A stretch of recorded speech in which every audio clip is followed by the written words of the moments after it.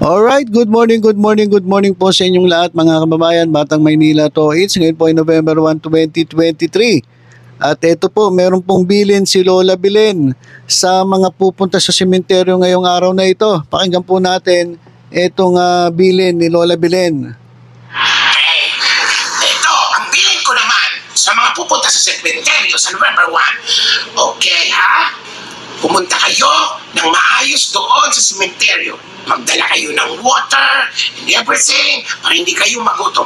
Pagdating ninyo sa sementeryo, mag-pray lang kayo for your relatives na nawala na sa buhay natin. Okay? Oh, just pray. Bawal mag-party-party kasi galing na kayo sa Halloween party. Tapos pagdating sa sementeryo, magpa-party pa rin eh. Hindi pwede yan. Mag-pray at tahimik lang at sumunod sa protocol at may mga rules and regulations dyan saan sa sementeryo. Bawal magdala ng mga alcoholic drinks dyan for sure. Bawal din magdala ng yung mga knives and yung mga nakakasakit, mga deadly weapons. Bawal mag-party-party. Bawal ang maingay. Okay? Kaya nga, ang sementeryo tahimik. Okay? Tahimik na rin din tayo. At baka, pag maingay tayo, kunin tayo ng kamag-anak nating naulala. Mahirap, agoy-agoy. Ayun ko yan. Alright, so yan mga kababayan, yung bilin sa atin ni Lola Belen. Pag nandyan kayo sa sementeryo, wag na muna mag-party-party kasi tapos na yung Halloween party. At nakabawal po mag-iinom. Bawal po ang mga bagay na matutulis, mga deadly weapons. So ito mga kababayan, pag-usapan na rin natin itong inilabas ng isang Facebook page na panatiko naman ng Eat Bulaga o ng Tape Bulaga. Meron po silang inilabas na Kantar Media Urban Rural TV Ratings. O ito daw ay para sa araw ng Lunes, October 30, 2023. At ayon sa kanilang Kantar Noontime TV Ratings mga kababayan, ito raw Eat Bulaga, itong Tape Bulaga ng GMA ay meron daw 14.8%. Sobrang taas mga kababayan, 14.8%. Ngayon lang ako nakita ng ganito kataas na ratings ng Tape Bulaga. 14.8% daw ang kanilang TV share ayon sa Kantar Noontime TV Ratings. Ayon dito sa panatiko ng Tape Incorporated dito sa Tape Bulaga. At etong It's Showtime naman ay meron daw 5.6%. Grabe sobra-sobra pang kalahati yung lamang ng Eat Bulaga Talagang sinagad-sagad na. So yan mga kababayan yung ratings daw ng It's Showtime. At eto ang matindi mga kababayan. Ito raw EAT ng TVJ dyan sa TV5. Ang kanilang TV shares nung araw nung Lunes, October 30 ay 1.2%. 1.2. At ang Tape Bulaga 14.8%. So sinasabi nila lamang sila ng 13.6% dito sa sa EAT. Etong nilabas nilang TV ratings mga kababayan, unang-una, kung totoo ito na inilabas ng Kantar, ito hindi naman to unexpected.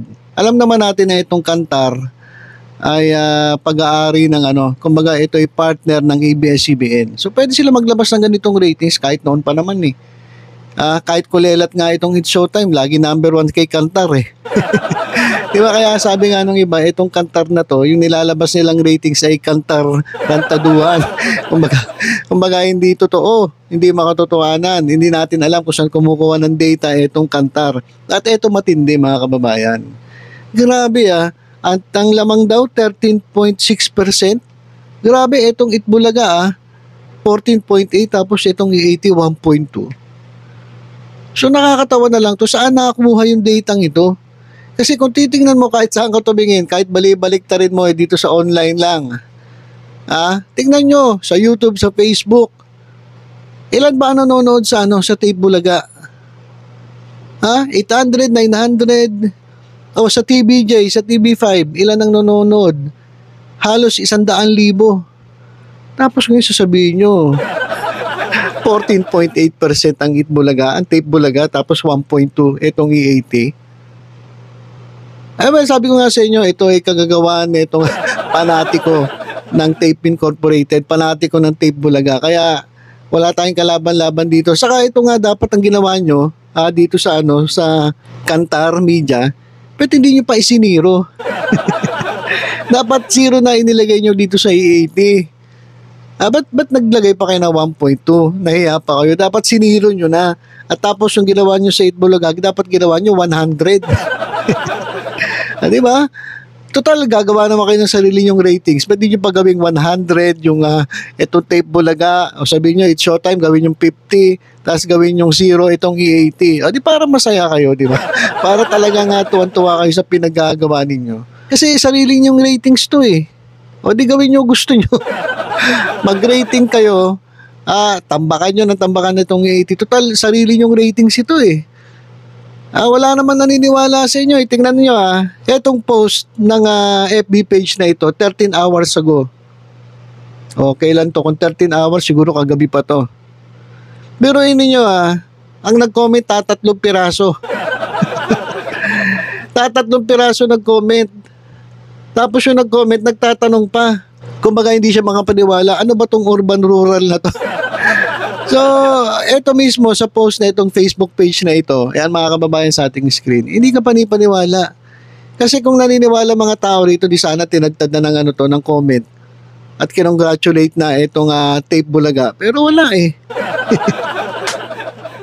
3 lang nag-comment, kumbaga yung kanilang post, hindi pinansin. Papasilin mo ba naman yung post na ano ba to, satire? Total, mahilig naman ito mga panatiko magpo-post ng mga satire. Eh di, mukhang satire ito, mukhang lokohan ito, hindi ito totoo. Kaya dito sa Facebook page na ito, nakaisa pa to, Buknoy na channel na ito, naku, huwag kayo maniniwala dito. Partner ito ni Best Pills to eh. Saka nung TED, mga tape defenders, yung Tape Bulaga, EB Tape Defenders. Ito po yung kasamaan dati ni Best Pills 2 na itong si Best Pills 2 itinakwil na nila. kasi nakakasira sa grupo at nakakasira mismo dito sa Tape Bulaga. Kaya nga itong si Best Pills 2, itong Bessie nyo, kung ano-ano na lang pinagpo-post. Wala na siyang kinakampihan kasi unang-una wala namang gusto kumampi sa kanya. Diba? So ito mga kababayan yung isa sa nakakatawang post mga kababayan na itong mga panatiko ng Tape Bulaga. At meron pa ako nakita ito naman. Bago pa man pala lumabas itong mga post ng Twitter account na Anima Christy Permin at itong isa pang tulongges na sinabi natin na naninira sa MTRCB, mas matagal na pala ito. 3 days ago pa pala mga kababayan, merong isang FB page na naninira din dito sa MTRCB. At ito mga kababayan, yan yung nasa ating screen. Kasi sinasabi nila, kasi ang nangyari mga kababayan, nag-host itong mga bata dyan sa It's Showtime. At sabi na itong tulongges na FB page na ito, hindi perfect yung pag-host ng mga bata. Dapat silang bigyan ng notice to explain sa opisina. So although hindi binanggit ang MPRCB, parang lumalabas, pinatutukuyan nila itong opisina ni Lala Soto na dapat daw bigyan ng notice to explain itong mga bata kasi hindi nga perfect itong kanilang pag-host. So parang sinasabi nila na itong MTRCB ay napaka-perfecto. At itong mga maling bagay na nagagawa sa noontime shows kaagad-agad ay gagawing issue at ipapatawag nila sa opisina. So parang ganun yung sinasabi nila. Na although sinasabi nila ito ay satire only, ganun pa rin eh. Diba? Pinapakita nila sa tao, pinapamukha nila sa mga tao na hindi maganda ang pamamalakad ng MTRCB. Parang ganun mga kababayan sinasabi. Kasi tingnan nyo, ito babasahin ko yung mga comments dito. Tingnan nyo mga kababayan satire.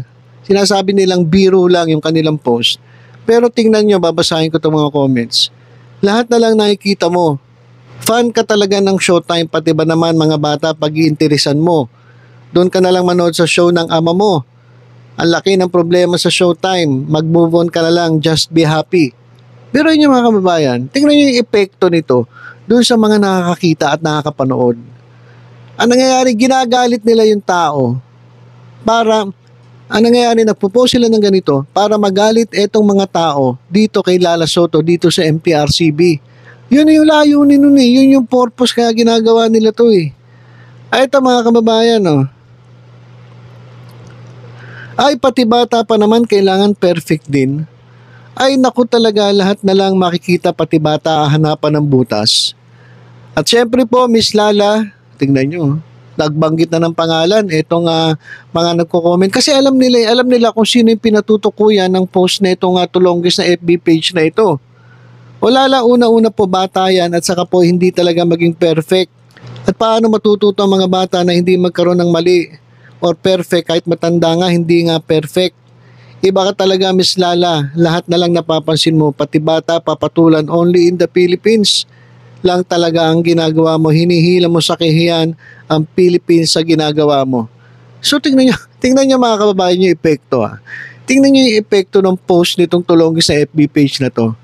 Nagagalit yung mga tao dito kay Lala Soto, dito sa MPRCB, na kung tutuusin, hindi naman sinabi nung post, nung nag-post kung sino yung pinatutukuyan niya, pero yun ang lumalabas eh. Yun ang kanilang purpose, ang galitin ang mga tao para magalit kay Lala Soto. Di ba? O ito pa oh, lahat na lang ginagawan mo ng issue, Lala. O ito pa, ganyan ka na ba ka-depress? Pati mga bata na pupuna mo at papatulan mo pa?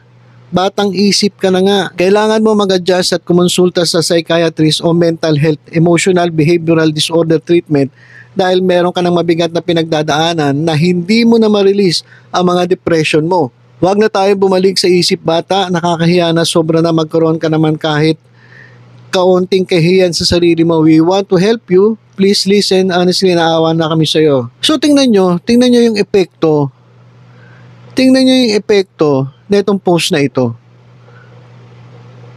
Ngayon napupunta na yung focus kay Lala Soto. Tinitira nila si Lala Soto dahil dun sa simpleng post na sinasabi na itong Facebook page na ito na satire. Diba? Ayan, nagtatagumpay sila sa kanilang ginagawa, sa kanilang post. Nagagalit yung mga tao kay Lala Soto. O lagi na lang daw hinahanap ng butas. Hindi nga hinahanapan ng butas to eh. Satire nga ito eh. Ano ba naman itong mga nagko-comment na ito? Hindi ata nila naintindihan yung post. Pero ayun nga yung ang problema. Kahit satire, kahit biro, siniseryoso ng mga tao, lalong-lalo na yung mga taong galit dito sa MPRCB. At ginagawa nilang dahilan yan para mas lalong magalit itong mga taong ito. Di ba? So, eto mga kababayan. Gusto ko ring manawagan sa MPRCB. Tingnan nyo rin itong post ng FB page na ito. Ayan naman po nakakalabas sa ating screen. Kasi bagamat satire itong sinasabi nilang post, ito po ay nakaka-apekto sa mga nanonood. At doon nga lang sa binasa nating comments, ay ito ay nakakapag-provoke sa mga tao para magalit, mainis, at kung ano-anong sabihin laban dito kay Chairperson Lala Soto ng MPRCB. Bago pa pala nangyari kay Anima Cristifermin, ito na 3 days ago, bumabanat na pala itong FB page na ito. Grabe 99,000 ang followers nito. 99,000 followers na nagpo-post ng sinasabi nilang satire kuno, pero ang layunin nila ay galitin, i-provoke itong mga taong ito para magalit dito sa MPRCB, lalong-lalo na kay MPRCB Chairperson Lala Soto. So sana mapansin itong video natin at ma-actionan itong mga post na itong mga tulonggis na ito. So tutok-tutok lang po sa Batang Maynila to. Ingat po tayong lahat. God bless.